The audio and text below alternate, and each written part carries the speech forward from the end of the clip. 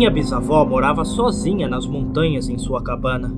Seu marido estava morto, então ela estava lá sozinha. Ela só tinha um companheiro, e esse era seu cachorro amoroso. Ambos se adoravam e o cachorro era um grande conforto para ela. Todas as noites, quando ela ia para a cama, o cachorro lambia sua mão para que ela soubesse que ele estava lá para protegê-la. Uma noite, ela tinha ido para a cama e o cachorro lambeu sua mão como fazia rotineiramente todas as noites desde que seu marido morreu. Mas esta noite foi diferente. Ela acordou no meio da noite porque ouviu seu cachorro choramingar. Ela queria confortá-lo e deixá-lo saber que ela estava lá para ele. Então ela estendeu a mão ao lado da cama e sentiu o cachorro lamber suavemente sua mão como sempre. Ela imaginou que ele estava apenas com frio e então ela voltou a dormir. O ganido do cachorro a acordou uma segunda vez à noite. Então ela estendeu a mão. O cachorro lambeu e ela voltou a dormir. Isso aconteceu uma terceira vez. E ela estendeu a mão e o cachorro parou de choramingar e veio lamber a sua mão. Ela ficou acordada alguns momentos e depois voltou a dormir novamente.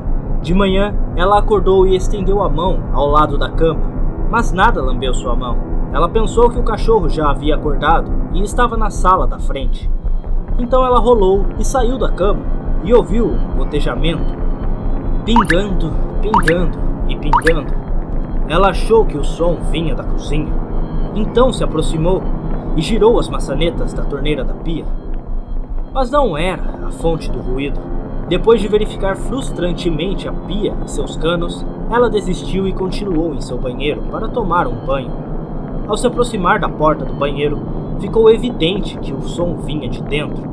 Ela abriu a porta, olhou para cima da banheira e engasgou com um horror absoluto. Ali, pendurada na luz pelo colarinho, estava seu companheiro amoroso. Seu sangue estava pingando na banheira. Ela gritou e começou a chorar, enxugando os olhos e soluçando. Ela se virou e se olhou no espelho. E no espelho ela viu o reflexo do cachorro.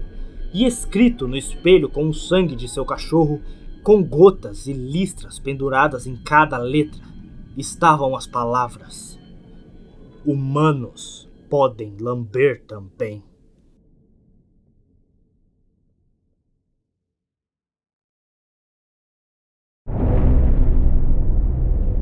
Em 1983, uma equipe de cientistas profundamente devotos conduziu um experimento radical em uma instalação não revelada.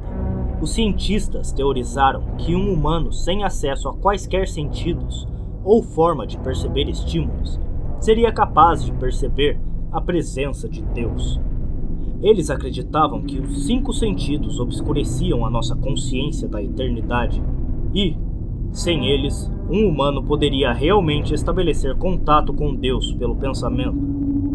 Um homem idoso que alegou não ter nada para viver foi o único sujeito de teste voluntário. Para purificá-lo de todos os seus sentidos, os cientistas realizaram uma operação complexa na qual todas as conexões nervosas sensoriais com o cérebro foram cortadas cirurgicamente. Embora o sujeito do teste retivesse a função muscular completa, ele não podia ver, ouvir, saborear, cheirar ou sentir, sem nenhuma maneira possível de se comunicar ou mesmo sentir o mundo exterior. Ele estava sozinho com seus pensamentos. Os cientistas o monitoraram enquanto ele falava em voz alta sobre o seu estado de espírito, em frases confusas e arrastadas que ele nem conseguia ouvir. Depois de 4 dias, o homem alegou estar ouvindo vozes silenciosas e ininteligíveis em sua cabeça. Supondo que fosse um início de psicose, os cientistas prestaram pouca atenção às preocupações do homem. 2 dias depois, o homem chorou ao ouvir sua falecida esposa falando com ele. Mais ainda, ele conseguiu se comunicar de volta. Os cientistas ficaram intrigados, mas não ficaram convencidos até que o assunto começou a nomear parentes mortos dos cientistas. Ele repetiu informações pessoais aos cientistas que apenas seus cônjuges e pais falecidos teriam conhecido. Neste ponto, uma parcela considerável de cientistas deixou o estudo. Depois de uma semana conversando com o falecido através de seus pensamentos, o sujeito ficou angustiado, dizendo que as vozes eram esmagadoras. A cada momento, sua consciência era bombardeada por centenas de vozes que se recusavam a deixá-lo em paz. Ele frequentemente se jogava contra a parede, tentando obter uma resposta à dor. Ele implorou aos cientistas por sedativos, para que pudesse escapar das vozes dormindo. Essa tática funcionou por 3 dias, até que ele começou a ter graves terrores noturnos. O sujeito disse repetidamente que podia ver e ouvir o falecido em seus sonhos. Apenas um dia depois, o sujeito começou a gritar e arranhar seus olhos não funcionais, esperando sentir algo no mundo físico. O sujeito histérico agora dizia que as vozes dos mortos eram ensurdecedoras e hostis, falando do inferno e do fim do mundo. A certa altura, ele gritou, sem céu, sem perdão, por 5 horas seguidas.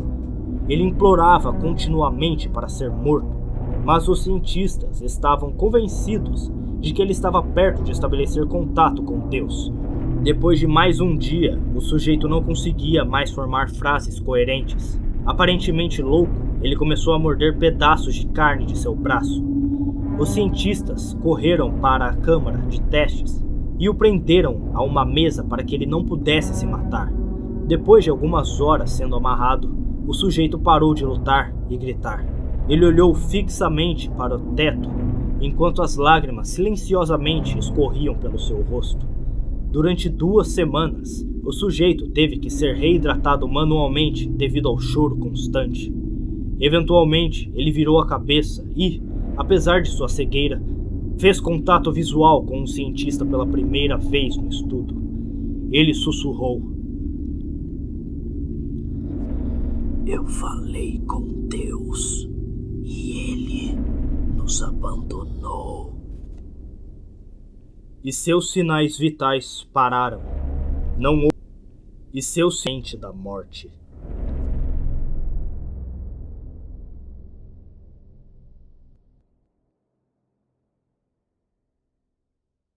Se alguém encontrar esta carta, voltei no tempo para encontrar minha mãe. Você não precisa me procurar em outro lugar, porque você não vai me encontrar. Eu prometo que eu estou segura. Sentirei uma falta terrível de todos vocês, especialmente do meu melhor amigo, Maurice, mas estarei de volta com a minha mãe quando a encontrar. Meu pai trabalha na máquina do tempo há meses, o dia todo e a noite toda. Às vezes falo com ele antes de ir para a cama e quando acordo, mas na maioria das vezes ele está no porão. No começo eu estava com medo, porque ele sempre gritava e jogava as coisas, mas ele me disse que só fica com raiva porque é um trabalho duro e que ele não está com raiva de mim. Não estamos indo tão bem quando a mãe não está aqui. É por isso que temos que voltar e encontrá-la. Estou sempre com fome. Papai está sempre bebendo e acho que ele nem tem mais emprego. Mas tudo bem, não se sinta mal. Vamos voltar no tempo e vamos encontrá-la. Acho que é o melhor momento para irmos agora. Não devemos mais viver aqui de acordo com a carta que recebemos. Papai não lê mais a correspondência, mas às vezes leio algumas das cartas. Embora nem sempre entendo tudo, há muitos números e palavras como aviso final, que eu não sei o que significa, mas parece algo sério. Ele me mostrou a máquina do tempo ontem. É tão brilhante. Ele se encaixa em nós 3 e é muito confortável e quente. Ele está preparando enquanto escrevo isso, então é melhor eu me apressar e ir agora. Há coisas que devemos fazer antes de irmos. É porque normalmente não podemos viajar no tempo, então temos que preparar nossos corpos. Acabei de engolir as pílulas que ele me deu. Elas são para doenças temporais. Tive que engolir 9, já que tenho 9 anos. Meu pai engoliu muito mais, então tudo que temos que fazer é deitar na máquina do tempo. E de repente encontraremos mamãe novamente. E ela não estará mais morta. Eu só tenho que fechar os olhos e tudo será como era antes. Eu estou ficando com muito sono. Acho que tenho que ir agora. Espero que encontre esta carta, Maurice. E não fique triste. Eu volto logo em breve. Com amor, Sofia.